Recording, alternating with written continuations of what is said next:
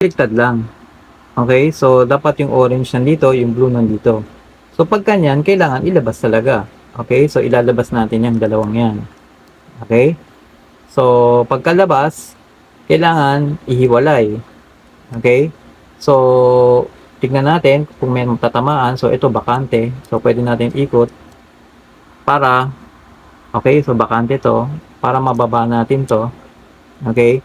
Bago natin ilayo. Paglayo natin, kung mapapansin nyo, yung kulay niya salungat na, di ba? So, dapat hindi lang isang ikot dito. Pwede na siya dito diretso. Para pag inangat natin to, letter L na siya. Okay? Di ba? Ito match na. Ayan yung nakaharap sa atin.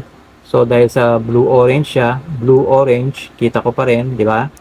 Tapos, ito na yung letter L. So, nandito na siya, salungat na yung kulay. Diretso na. Tataas na lang natin to. Tapos, ikot, tapos baba. Ayan na siya.